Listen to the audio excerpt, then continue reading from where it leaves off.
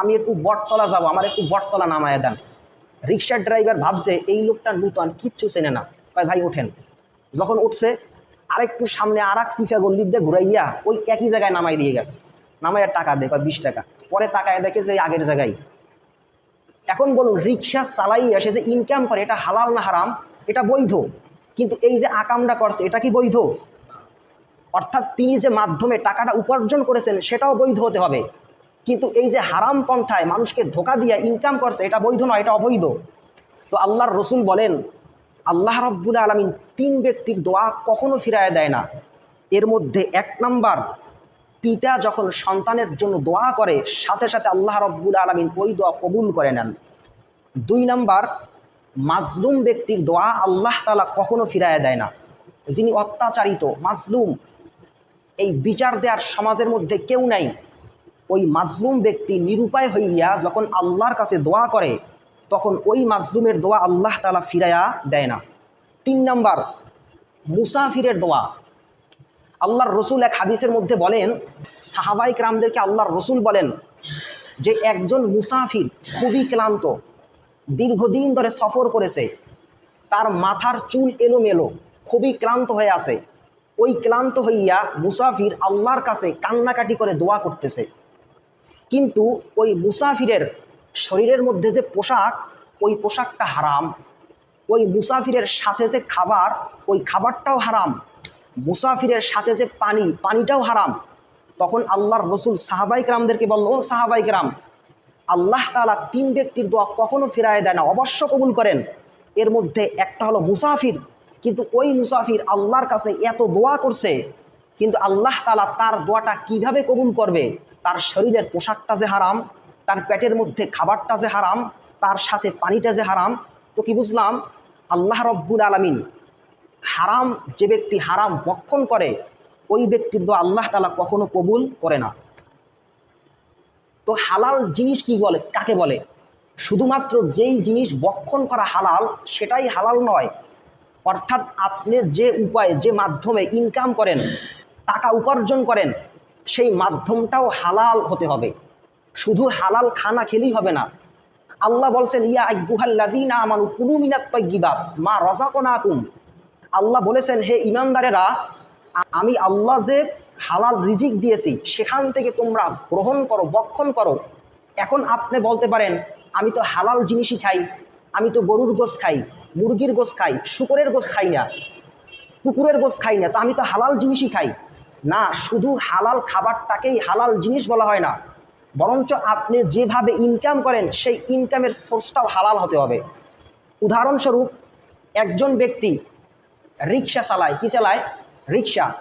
সকাল থেকে সন্ধ্যা পর্যন্ত কষ্ট করে মাথার ঘাম পায়ে ফালাইয়া যে রিক্সা চালায়, অর্থাৎ মানুষ বহন করে, সেখান থেকে যে টাকাটা পায়, এটা কি হালাল না হারাম? কথা বল না কেন? একজনে ভ্যান চালায়, এটা হালাল না হারাম? অর্থাৎ এই মাধ্যমে টাকা উপার্জন করে। এখন একজন নূতন মানুষ জীবনে প্রথম ঢাকা গেছে, এর আগে কখনো ঢাকা যায় নাই।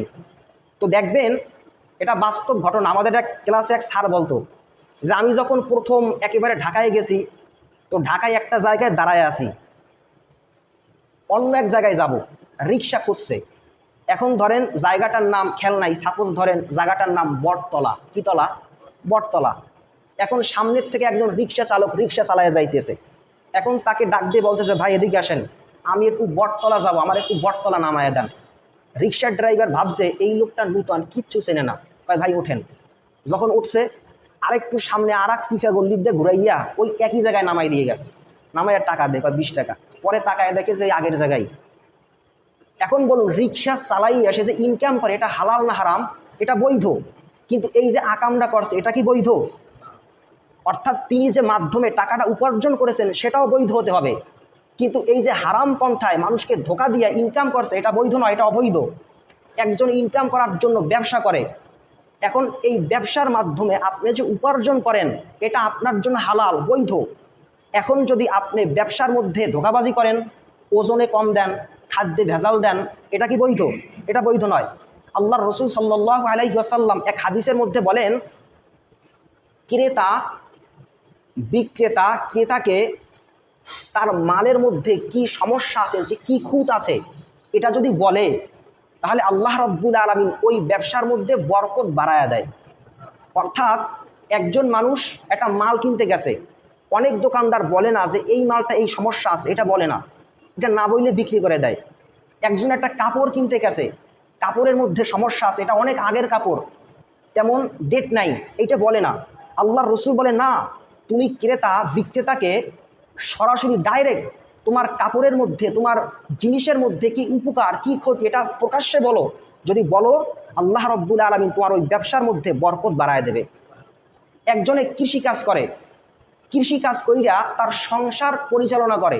এখন বলেন, যে ব্যক্তি জমিনের মধ্যে ফসল ফালাইয়া টাকা উপার্জন করে, এটা কি বৈধ নাকি অবৈধ? এটা হালাল না হারাম? অবশ্য হালাল। এখন অনেক মানুষ আছে 5 ওয়াক্ত নামাজ পড়ে, দাড়ি আছে, টুপি আছে, সব আছে, জমিনের মধ্যে হাল চাষ করে।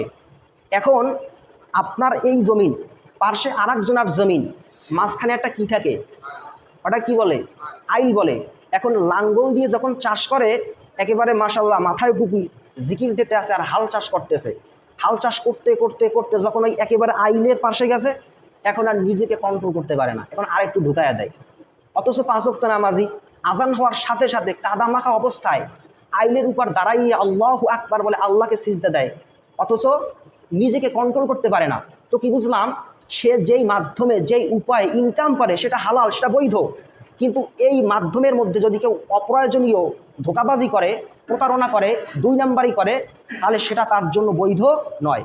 এজন্য আল্লাহ রাব্বুল আলামিন বলেন, ইয়া আইয়ুহাল্লাযীনা আমানু কুলু মিনাত তাইয়্যিবাত মা রাযাকনাকুম, হে ঈমানদারগণ, আমি আল্লাহ তোমাদেরকে যে উত্তম রিজেক দিয়েছি সেখান থেকে পবিত্রটা তোমরা গ্রহণ করো।